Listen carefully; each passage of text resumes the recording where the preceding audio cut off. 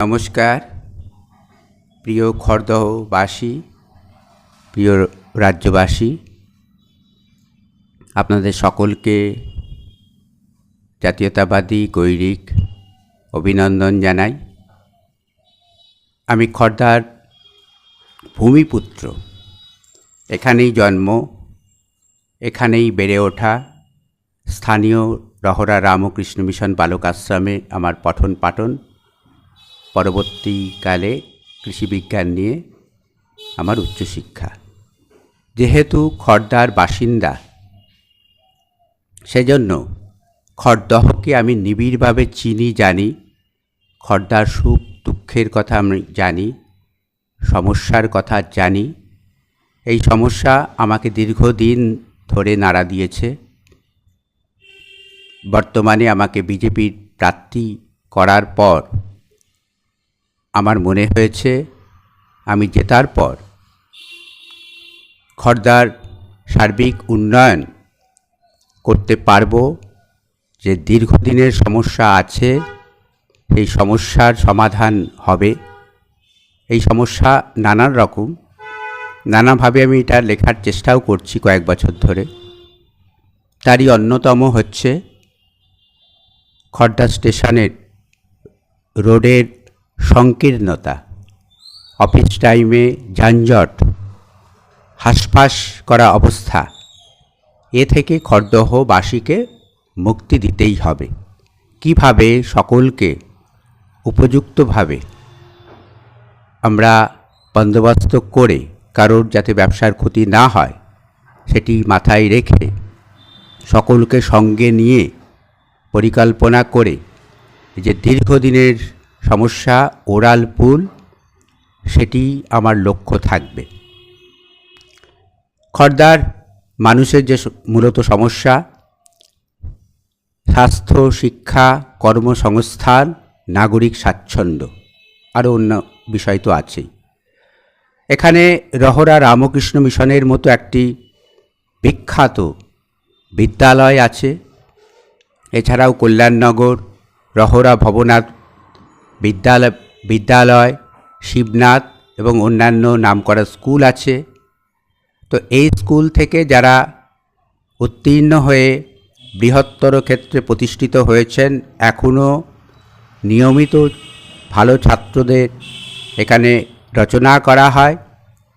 তাদের যাতে কর্মসংস্থান হয়, তারা যাতে বেকার ভাতার নামে ভিক্ষা পাত্র নিয়ে বসে না থাকে, তাদের উপযুক্ত কর্মসংস্থান হয় এবং রহরা খড়দা যাতে একটা ইন্ডাস্ট্রিয়াল হাব তৈরি হয়ে এখানে যথাসাধ্য তাদের প্রচেষ্টা করতে পারি, তার কথা আমি মাথায় রাখব। স্বাস্থ্যের ক্ষেত্রে বলতে হয়, খড়দায় যে বলরাম হাসপাতাল আছে, তার সুযোগ সুবিধা খুবই সীমিত। রহরা খড়দার মানুষকে অসুস্থতার জন্য দূরে দৌড়াতে হয়। কলকাতার যে উচ্চ হাসপাতাল বা চিকিৎসালয় আছে, সেখানে দৌড়তে হয়। আমি চাইব, আমার দল চাইবে, খড়দার মানুষের চিকিৎসা, যে কোনো ধরনের চিকিৎসা খড়দাতেই হবে। বলরাম হাসপাতালের মান উন্নয়ন করে রাজ্যের সেরা হাসপাতালের একটি করবার চেষ্টা থাকবে। সেই সঙ্গে বন্দিপুর যে হেলথ সেন্টার আছে, আমাদের খড়দা বিধানসভা ক্ষেত্রের মধ্যে যে গ্রামাঞ্চল, সেখানকার মানুষও যাতে উপকৃত হতে পারেন, সেখানকার হাসপাতালের মান উন্নয়নের চেষ্টা করব। আর যে চেষ্টা করা দরকার, সেটি হচ্ছে যোগাযোগ ব্যবস্থার আরও উন্নতি। যেমন ধরুন ওয়াটার মেট্রো, গঙ্গা বক্ষে বড় বড় ভেসেল খড়দা হয়ে, পানিহাটি, ডানলপ হয়ে, দক্ষিণেশ্বর হয়ে হাওড়া স্টেশন পর্যন্ত যেতে পারে। এমনকি এই দিকে খড়দা ছাড়িয়ে উত্তর দিকে ব্যারাকপুর, কল্যাণী পর্যন্ত হতে পারে। এই ওয়াটার মেট্রো নাগরিক স্বাচ্ছন্দ্যের জন্য, যাত্রীদের সুবিধার জন্য করতেই হবে।